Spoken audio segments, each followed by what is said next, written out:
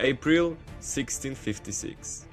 Czarniecki and Lubomirski are trying to retake Warsaw.